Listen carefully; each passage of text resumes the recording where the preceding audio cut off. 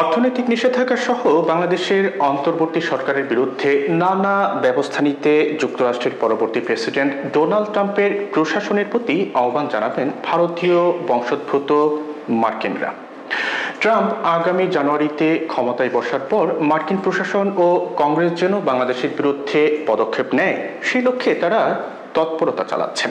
ভারতীয় বংশোদ্ভূত মার্কিন জনগোষ্ঠীর প্রভাবশালী নেতা চিকিৎসক ভরত বড়াই এই কথা জানিয়েছেন। বাংলাদেশে হিন্দু সম্প্রদায়ের উপর হামলার নিন্দা জানিয়ে ট্রাম্প প্রেসিডেন্ট নির্বাচনের আগে একটি বিবৃতি দিয়েছিলেন। ওই বিবৃতির পরিপ্রেক্ষিতে ভরত বড়াইয়ের বিশ্বাস যে বাংলাদেশে হিন্দু সংখ্যালঘুদের উপর যে দমন পীড়ন হয়েছে তার জন্য দেশটির বিরুদ্ধে ব্যবস্থা নেবেন ডোনাল্ড ট্রাম্প। পিটিআইকে দেওয়া এক সাক্ষাৎকারে ভরত বড়াই বলেন যে বাংলাদেশি হিন্দুদের উপর দমন পীড়ন ও হিন্দুদের মন্দিরের পবিত্রতা বিনষ্ট করা নিয়ে সাহসী বক্তব্য দিয়েছিলেন ডোনাল্ড ট্রাম্প। তিনি একজন সাহসী মানুষ। বাংলাদেশে হিন্দুদের পরিস্থিতি যদি ভালো না হয় তাহলে অর্থনৈতিক নিষেধাজ্ঞার বিষয়টি বিবেচনা করতে পারেন ডোনাল্ড ট্রাম্প।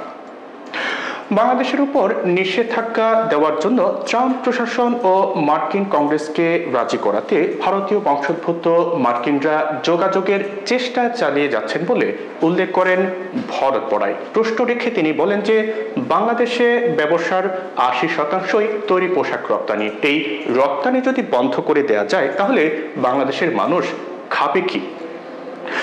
বাংলাদেশে হিন্দুদের উপর দমন পীড়নের দিকে ভারত সরকারের নজর দেয়া এবং দমন পীড়ন চলতে থাকে নিষেধাজ্ঞা দেওয়ার আহ্বানও জানিয়েছেন ভরত বড়াই। তিনি বলেন, বাংলাদেশ যদি হিন্দু ও সংখ্যালঘুদের উপর হয়রানি চালিয়ে যায় তাহলে ভারত সরকারের উচিত হবে তাদের উপর নিষেধাজ্ঞা দেয়া। এর আগে গত ৫ নভেম্বরের মার্কিন নির্বাচনের কয়েকদিন আগে এক্স পোস্টে ট্রাম্প ধর্মীয় সংখ্যালঘুরা নির্যাতিত হচ্ছে এমন দাবি করে বাংলাদেশের সমালোচনা করেছেন। ট্রাম্প লেখেন, আমি বাংলাদেশে হিন্দু, খ্রিস্টান ও অন্যান্য সংখ্যালঘুদের উপর বর্বরোচিত সহিংসতার তীব্র নিন্দা জানাচ্ছি। দেশটিতে দলবদ্ধভাবে তাদের উপর হামলা ও লুটপাট চালানো হচ্ছে। বাংলাদেশ এখন পুরোপুরিভাবে একটি বিশৃঙ্খল অবস্থার মধ্যে রয়েছে। ট্রাম্প আরও লিখেন, আমি থাকলে এগুলো কখনো হতো না। কমলা এবং জো বাইডেন হিন্দুদের আমেরিকা সহ পুরো বিশ্বব্যাপী উপেক্ষা করেছেন।